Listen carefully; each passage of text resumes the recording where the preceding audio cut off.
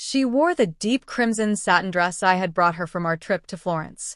The dress revealed her flawless back with a daring plunge, crafted perfectly to draw every eye in the room. From across the warmly glowing dining hall, I watched her closely. The flickering candlelight caught the pearl earrings she once swore were lost forever.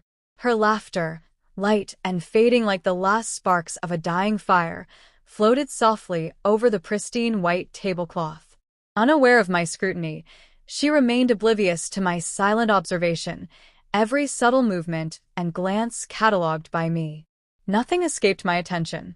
The waiter approached, a folded slip of paper discreetly concealed in his hand, moving with the calm precision I had instructed. Quiet, polite, invisible. She accepted the note, unfolded it, and read the carefully chosen 5 words I had penned. I trust the risotto sublime. Her complexion drained instantly.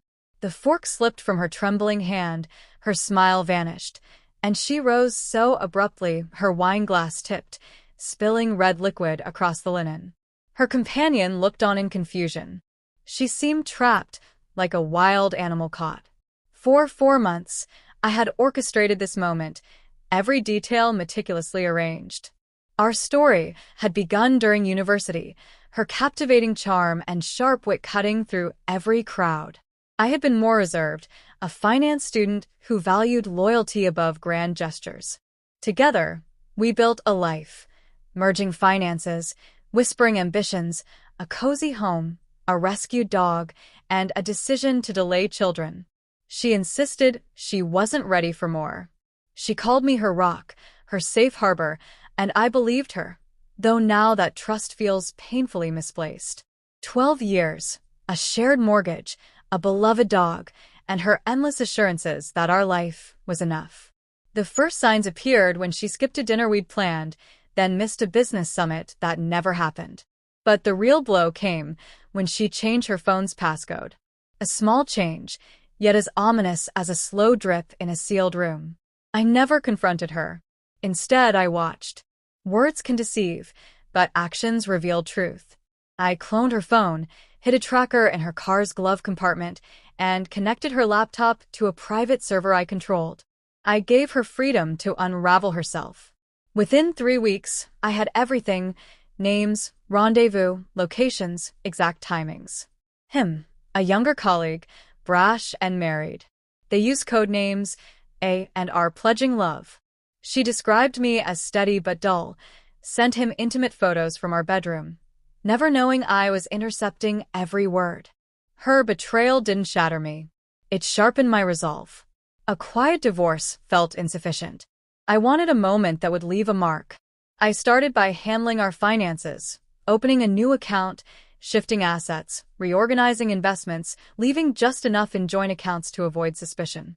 I hired a lawyer, sharp, discreet, relentless, who uncovered prenuptial clauses she never read. Infidelity voided her claims.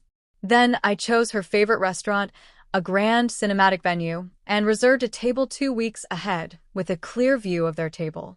The waiter, a friend from university now managing the place, was trustworthy and unobtrusive. Every element was perfectly aligned. That evening, I dressed in black, no tie, wearing only the watch she'd gifted for our 5th anniversary, the one she said was lost. I sat alone, ordered only water, and kept my eyes fixed on them. They arrived, hands intertwined like young lovers, her confidence unshaken as she passed me without a glance. They laughed, kissed, her soft whispers making his eyes flutter shut. I slipped the note to the waiter, gave a subtle nod. The effect was immediate. Her face drained of color. He hesitated, confused. She rushed to the restroom, her phone lighting up with my message as realization hit her. "Where are you? What's happening? Can we talk?" I didn't reply. Instead, I sent one file, a collection of screenshots, their chats, her photos, recorded conversations, and the final blow, divorce papers already signed by me. She returned, shaken, while her lover stayed behind, puzzled, trying to call the waiter. I walked past him, dropping my business card with a single handwritten line.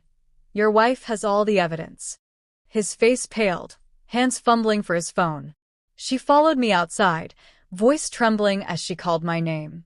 I looked back once, locked eyes with her, and said calmly, "No need for lawyers. You lost everything."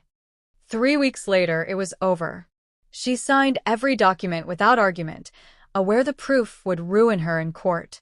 She left with her regrets and belongings. I kept the house, the accounts, and the silence. His marriage fell apart too. His wife sent me flowers. We shared a meal, laughing at the poetic justice of our mutual revenge. Sometimes I missed how she once looked at me when her words held meaning. But then I pictured her in that scarlet dress, radiant yet leaning toward another man, the note trembling in her hand as her composure crumbled. She thought I'd explode, plead, or break down. She forgot I observe, I plan, I act. She played a fleeting game. I played with ruthless precision. I didn't burn our life to ashes. I simply turned off the lights and walked away, leaving her to face the darkness alone. Betrayal doesn't demand a grand spectacle, just the soft click of a closing door and the finality of a locked bolt.